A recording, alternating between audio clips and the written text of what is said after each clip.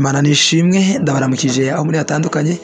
Imana yo mu ijuru bagire neza. Hanyuma uyu munsi turi kwa gatatu ni itariki 12 z'ukwezi kwa gatatu 2025. Rero Imana ishimwe, haleluya. Hanyuma uyu munsi rero turi ku munsi wacu 357 wa commanding your day. Rero Imana ishimwe. Uyu munsi turasoma rero muri Zaburi ibice 100 cyangwa se ibice 103 umurongo wa 16 wa 17. Rero dusoma birambwira ngo kuko umuyaga urunyuraho rugashira, ahantu harwo ntihazarumenya ukundi.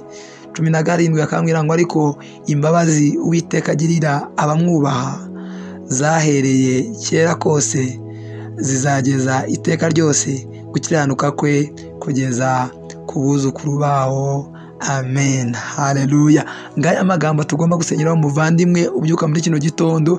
Birambwiye ngo kuko umuyaga urunyuraho, haleluya. Kangubwire usomye ku murongo wa 5 cyangwa se 15 birambwira ngo iby'umuntu cyangwa se iby'umuntu iminsi ye imeze nk'ubwatsi nk'urubyaro rwe ku musozi niko ashisha. Hanyuma Bibiliya 16 yavuze ngo kuko umuyaga urunyuraho, umuyaga w'iki? Umuyaga w'Uwiteka. Kangubwire muri kino gitondo ahantu harwo, aho urubyaro rwawe ruzaba ruri, hazarindwa. Imana yakubwiye ngo imbabazi z'Uwiteka agira abamwubahwa yazohereje kera ku isi yose, kugira ngo nawe akurinde, kugira ngo nawe akuyobore. Muri kino gitondo ubyuka ujye muri shughuli zawe. Uyu munsi wa gatatu Imana ikurinde, Imana igufungurira imiryango, ibyari kugoye bikuyeho mu izina rya Yesu. Urubyaro rwawe rurinde, ababyeyi bawe barindwe. Kangubwire umuryango wawe urindwe,